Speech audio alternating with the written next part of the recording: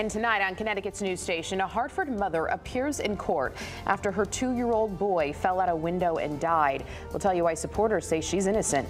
Former President Trump has his day in court, the plea he entered, and what his third indictment could mean for the 2024 election. Plus, helping homelessness. One local city looks to convert a hotel into a place for unhoused residents. We'll show you how many people this could serve. And one community entangled in a disagreement over who should get rid of a hazardous tree.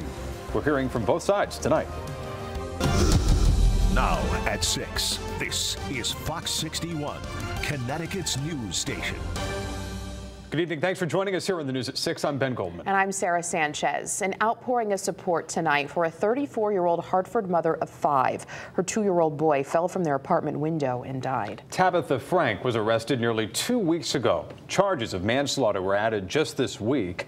Her supporters now pointing the finger at Connecticut's Child Welfare Agency. Fox 61's Samaya Hernandez spoke with the family and DCF. She joins us in studio. Samaya. Community members packed a courtroom to say that this is a loving mom who isn't on state aid and doesn't deserve to go to jail, and left her toddler with his older siblings to work as an Uber driver and afford to take care of them all. He had an old soul. Little Papa was born prematurely, getting a second lease on life. He loved pasta. Oh, me too. He liked Mickey Mouse. Hera Noel speaking on her nephew, 2-year-old Cornelius, and her sister, Tabitha Frank. An accident did take place. Child care was on its way. They just never made it. Frank facing Judge Greg Davis in Hartford Thursday, nearly 2 weeks after the 2-year-old boy died after falling out of a third-floor window of the family's apartment. Now that it's a tragedy, we want to pretend that she's this horrible mother. The 34-year-old initially charged with 10 counts of risk of injury after leaving her 5 children alone. Hartford police adding a manslaughter charge, saying the Capitol Avenue apartment was in deplorable and uninhabitable condition. I'm asking an increase of bond under a practice book section. Joining Frank in court, 2 rows of supporters donning shirts that read, "It takes a village." Among them, the Reverend Sam Saylor, who recently lost his 12-year-old granddaughter to gun violence. The social worker at DCF that does their job well, they would say that she was a good mother, and they left her to her mothering. One little mistake makes her a villain. Saylor says Frank doesn't deserve to go to jail. This is an accident. Hartford attorney Wesley Spears representing Frank pro bono. DCF had an open case with this family and provided no adequate support to help Ms. Frank get through this situation. In addition, she's a Section 8 tenant. Section 8 is supposed to inspect these apartments on a yearly basis and make sure that they're safe for the children. In a prepared statement, DCF said, quote, "The last visit occurred in mid-June, over 1 month prior to the fatality, and based on the information known at the time, the children were deemed safe, and the home was observed to be adequate. This is a horrible tragedy, and much of the information is still being learned about the family as we conduct a joint investigation with the Hartford Police Department," end quote. Frank is free after posting a $100,000 bond. Her case was continued to next Thursday. Her 4 children are currently in the care of relatives, and a GoFundMe page has been established to cover funeral expenses for the 2-year-old Cornelius, known to family members as Little Papa. For a link, head to fox61.com. In studio, I'm Samaya Hernandez, Fox 61, Connecticut's news station. Just a brutal story, Samaya. Thank you. To New Haven now, where police are investigating after shots were fired at a 7-Eleven location overnight. Police say it happened just before 2 a.m. at the location on Fox and Boulevard. A witness told police passengers from a Honda Civic entered the store armed with handguns, and while inside the store, another car pulled up and started firing shots into the building as well. The people from the Honda then returned fire before running away from the scene. Nobody was shot, but one person did have minor cuts from some shattered glass.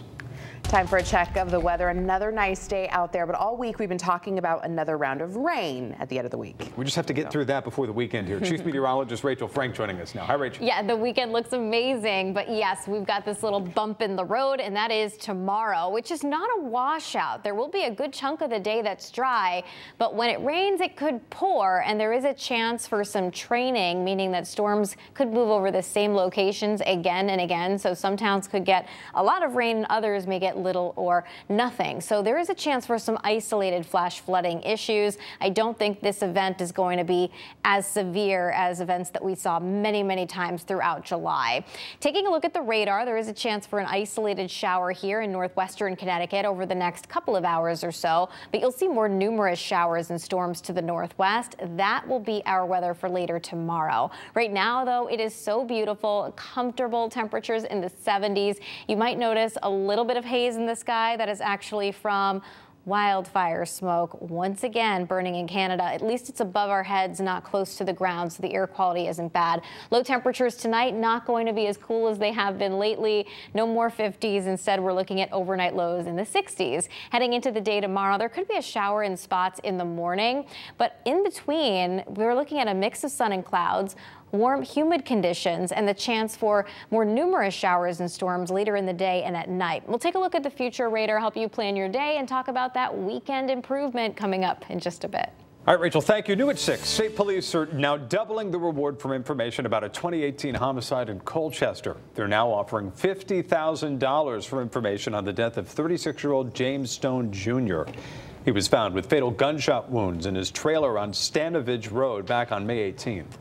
Anyone with information should call police. Watertown police want to know who's responsible for abandoning a dog at Sylvan Lake Park. Police found this dog on July 31st near the basketball court at the park. The dog was in a wire crate with no food or water.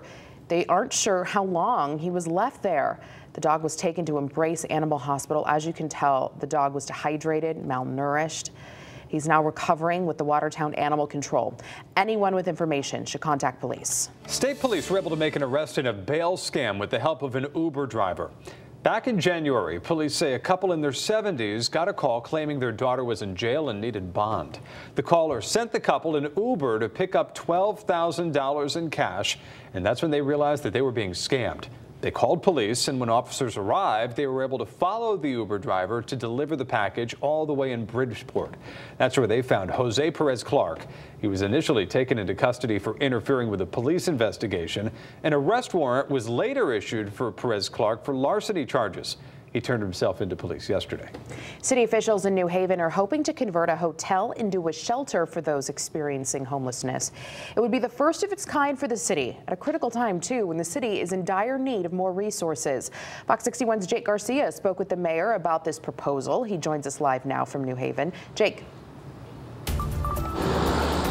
Well, Sarah, the mayor telling us that this afternoon that this has been in the works for quite some time, as the city of New Haven has been looking for nearly 2 years to find a hotel that would be a good fit for a shelter. The mayor, Justin Elliker, also saying that the city of New Haven has reached a tentative deal with the owner of the Days Inn here on Foxen Boulevard to buy and renovate the hotel into a 56-room emergency shelter. Elliker also telling us that people would need to be referred to this shelter instead of it being a walk-in place of refuge. The city hoping to have the shelter open before winter to help with the dire need for more shelters like the one being proposed here at the Days Inn. Winter, of course, is the most dangerous time for people to be out on the street because every night is a life or death situation. As we say all the time, the emergency is tonight, but really in the winter it can be life or death. So we're hoping that they get this open before then so that we have fewer people on the street and less of a need to have warming centers. Yeah. Now, Mayor Elliker plans to propose the deal to the Board of Alders at Monday's meeting, but before the city can buy and renovate the hotel, the city has to hold a public meeting on the topic in order to get final approval from the board. So this is still a long way before it becomes a reality. Coming up tonight on the news at 10, we'll have more about why advocates say this is the model and the way to go for shelters like this one and how the city plans to pay for it. Live in New Haven, Jake Garcia, Fox 61, Connecticut's news station. Thank you, Jake. Set against the backdrop of Washington, D.C., former President Donald Trump answering to 4 felony charges in his most recent indictment, stemming from his alleged plot to block the results of the last presidential election. And new at 6, we're hearing from the president on those charges. This is a persecution of a political opponent. This was never supposed to happen in America. This is the persecution of the person that's leading by very, very substantial numbers in the Republican primary and leading Biden by a lot. So if you can't beat him, you persecute him or you prosecute him. We can't let this happen in America. Fox News correspondent Madeline Rivera is at the courthouse in Washington with the details of the arraignment. Former President Donald Trump appears before a judge again, this time for an arraignment just a block away from where his supporters stormed the Capitol trying to block the 2020 election results. I'm above the law. Former President Donald Trump greeted by cheers and jeers as he arrived at federal court Thursday to face felony charges for allegedly conspiring to overturn his 2020 election loss. He pleaded not guilty. This is a persecution of a political opponent. This was never supposed to happen in America. It's a now familiar routine. After being processed and fingerprinted, Trump briefly faced a federal judge to hear the charges against him. I've been waiting for this for so long, and it's about time that maybe something will happen to get this guy off the streets, because he's dangerous. Special counsel Jack Smith alleged in a 45-page indictment that Trump knew he lost the election and still orchestrated a criminal scheme to remain in power, including a pressure campaign on his vice president, Mike Pence, even as his supporters attacked the Capitol on January 6th.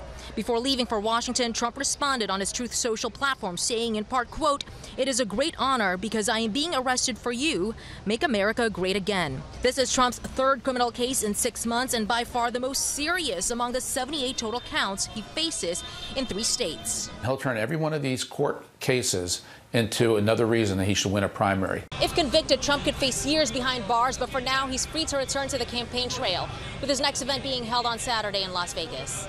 In Washington, Madeline Rivera, Fox 61, Connecticut's news station. Madeline, thank you. Coming up at 6:30, we'll be speaking live with a local political expert and professor on what this indictment could mean for the 2024 election. Well, new at 6, as kids get ready to head back to school, the State Department of Public Health reminds parents to make sure their children's immunizations are up to date. This includes vaccines required for school entry in the fall. Shots like measles, whooping cough, and polio. Health officials say school immunization rates are rebounding after the pandemic. More than 97% of kindergarten students have received the required measles, mumps, and rubella vaccination. If you have questions about vaccinations, contact your child's pediatrician. Some Eastern Connecticut health network locations were forced to close today due to complications with their IT system.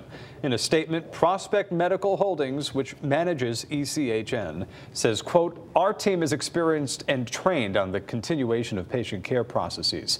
Patients with impacted appointments were notified today, and the company will continue to provide updates about it.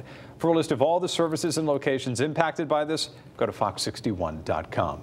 We also have a heads up here for lottery players. You may not be able to collect your scratch-off winnings at a retailer because of a system glitch. Lottery officials say that any tickets bought between May 21st, resulting in a faulty reading at the lottery terminal. You have to buy those tickets between May 21st and now, I should say. If you think you may have been given an incorrect response at a lottery terminal when checking your tickets, hold on to your scratch-offs and contact the CT Lottery.